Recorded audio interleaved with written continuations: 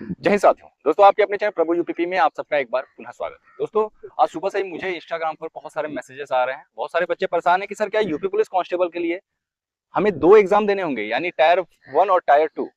असल में उनका जो ये प्रश्न है गलत नहीं है, लेकिन हाँ कहते हैं कि अधूरी जानकारी जो है लेकर के बच्चे थोड़ा ज्यादा ही परेशान हो जाते हैं। तो इस वीडियो के माध्यम से मैं इसी टॉपिक को क्लियर करने वाला हूँ कि क्या यूपी पुलिस कांस्टेबल का जो हमारा री एग्जाम होना है उसके लिए आपको 2 परीक्षाएं देनी पड़ेगी या फिर एक ही परीक्षा जैसा कि अभी तक होता आया है। तो दोस्तों ये बात उठनी शुरू हुई है। आपको स्क्रीन पर दिख रहा होगा एक शासनादेश है।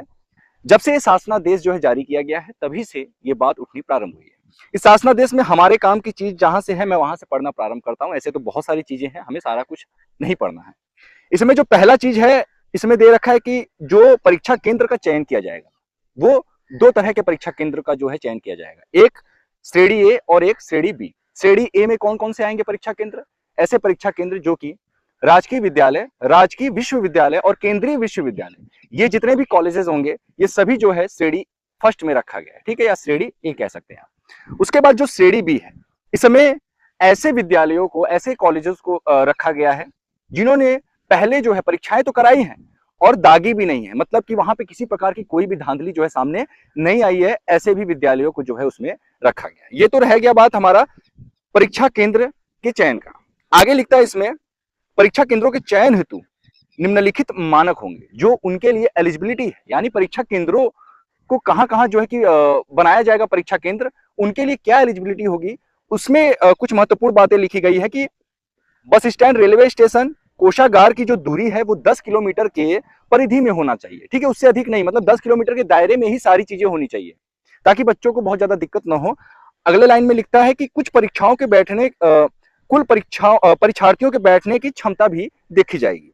इसके अलावा लिखा जाता है कि कक्ष निरीक्षण हेतु संस्थागत अध्यापकों और कर्मियों की संख्या भी देखी जाएगी और 3 वर्ष में आयोजित कराई गई परीक्षाओं का अनुभव भी देखा जाएगा कि हाँ पहले जो है लास्ट 3 ईयर में इन्होंने जो परीक्षाएं कराई हैं उनका जो है कि क्या रिस्पॉन्स रहा है ये भी देखा जाएगा।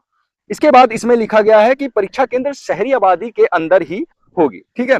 ये तो रही हमारी जो मुख्य मुख्य बातें थी परीक्षा केंद्र से रिलेटेड। इसके नीचे जब हम जाते हैं तो यहाँ पे एजेंसी के चयन की बात करी जाती है। देखिए 4 तरह की एजेंसियों का चयन किया जाएगा। एजेंसी मतलब कंपनी की बात हो रही है यहाँ पे, जो टेंडर दिया जाएगा।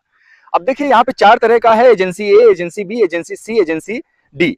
पहला जो एजेंसी है वो प्रश्न पत्र तैयार करना, छपवाना और उन्हें समस्त जनपदों के कोषागार तक पहुंचाना, ये एजेंसी फर्स्ट का काम है। दूसरी एजेंसी है हमारी, उसका काम है परीक्षा को संपन्न कराना, जिसमें प्रश्न पत्रों को कोषागार से परीक्षा केंद्र तक पहुंचाना, परीक्षा केंद्र की समस्त व्यवस्था तथा परीक्षा के उपरांत ओएमआर सीट को आयोग बोर्ड तक पहुंचाना, यानी कि जो कोषागार है जहां पे आपका प्रश्न पत्र पहुंच चुका है, पेपर पहुंच चुका है, वहां से एग्जाम सेंटर तक पहुंचाने का काम जो करेगी वो कंपनी बी करेगी, यानी एजेंसी बी करेगी। अब एजेंसी सी का क्या काम है? जब सेंटर पे प्रश्न पत्र पहुंच गया, पेपर पहुंच गया, अब वहां का जो काम है ये देखेगी एजेंसी सी। एजेंसी डी क्या देखेगी भैया? एजेंसी डी जो है ओएमआर सीट की स्कैनिंग करेगा, मतलब जो ओएमआर सीट जाएगा उसको स्कैनिंग करने का काम एजेंसी डी करेगा, ठीक है।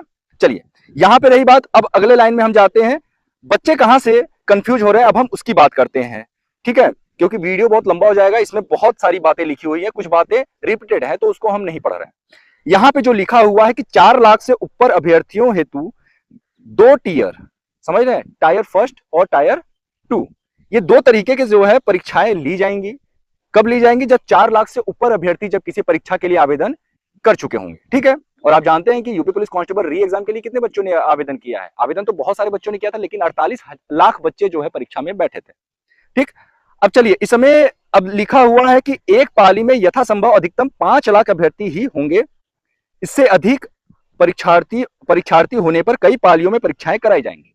यानी अगर एक पाली में 5 लाख अभ्यर्थियों से अगर अधिक बच्चे अगर फॉर्म भर देते हैं किसी परीक्षा के लिए तो एक पाली से अधिक जो है पाली में परीक्षाओं को जो है कराया जाएगा। इसके बाद लिखा है कि यदि चयन आयोग बोर्ड चाहे तो 5 लाख से अधिक अभ्यर्थी होने पर भी एक या उससे अधिक पालियों में परीक्षा करा सकती है, ठीक है। ये चयन भर्ती के ऊपर निर्भर करता है, ठीक है। चलिए तो बच्चों का जो यहाँ पे प्रश्न आ रहा है वो यही आ रहा है कि सर क्या अब टायर फर्स्ट और टायर 2 करके हमें परीक्षा देनी पड़ेगी? देखिए ये अभी आने वाले समय के लिए ये विचार किया जा रहा है कि कैसे जो है परीक्षा में जिस तरीके से नकल माफिया एक्टिव है, जिस तरीके से जो है भर्तियों में सेंध लगाया जा रहा है नकल माफियाओं के माध्यम से, उस पर कैसे अंकुश लगाया जा सकता है। ये जो है इसको ध्यान में रखते हुए जो है अधिकारियों ने ये फैसला जो है कि करने का एक मतलब विचार लिया है कि भैया मतलब ऐसा किया जाए तो हो सकता है शायद कि परीक्षाओं में नकल को रोका जाए। इससे आपकी भर्ती का कोई लेना देना नहीं है, तो आप लोग परेशान ना हो, आप लोग अपनी तैयारी करते रहें जैसे आप लोग तैयारी कर रहे हैं। प्रीवियस ईयर क्वेश्चन लगाइए और अभी आपका जो फरवरी माह में पेपर हुआ है उसको भी अच्छे से एनालिसिस करिए। ये सारी चीजें आप करते रहिए, अपना सिलेबस कंप्लीट करिए, मॉक टेस्ट लगाते रहिए। वीक में कम से कम 2 मॉक टेस्ट आपको देने हैं और मॉक टेस्ट के बाद एनालिसिस बहुत अच्छे से आपको करते रहना है। दोस्तों अब जब मॉक टेस्ट की बात आ जाती है तो मैं आपको एक live free mock test suggest करने वाला हूं इस वीडियो के माध्यम से। दोस्तों आप सभी जो है एग्जामपुर के ऑफिशियल एप्लीकेशन पर जाकर के 23 जून से सुबह 6 बजे से लेकर के रात्रि 12 बजे तक आप लाइव फ्री मॉक टेस्ट दे सकते हैं। चाहे आप यूपी पुलिस कांस्टेबल की तैयारी कर रहे हैं, चाहे आप आरपीएफ कांस्टेबल, आरपीएफ एसआई या फिर एयरफोर्स, नेवी, किसी भी परीक्षा की अगर आप तैयारी कर रहे हैं तो आप वहां पे लाइव मॉक टेस्ट दे सकते हैं। कैसे आपको वहां पे लाइव मॉक टेस्ट देना है इसे देखिए।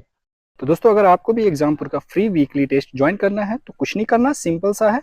ये एप्लीकेशन है एग्जामपुर का, इसे ओपन करेंगे आप। जैसे ही ओपन करेंगे ये कुछ ऐसा इंटरफेस आपको खुलेगा आपके सामने और इसमें से ये जो फ्री वीकली टेस्ट वाला है इसे आपको क्लिक कर देना है। यहाँ पे आपको फ्री वीकली टेस्ट एग्जामपुर का मिल जाएगा।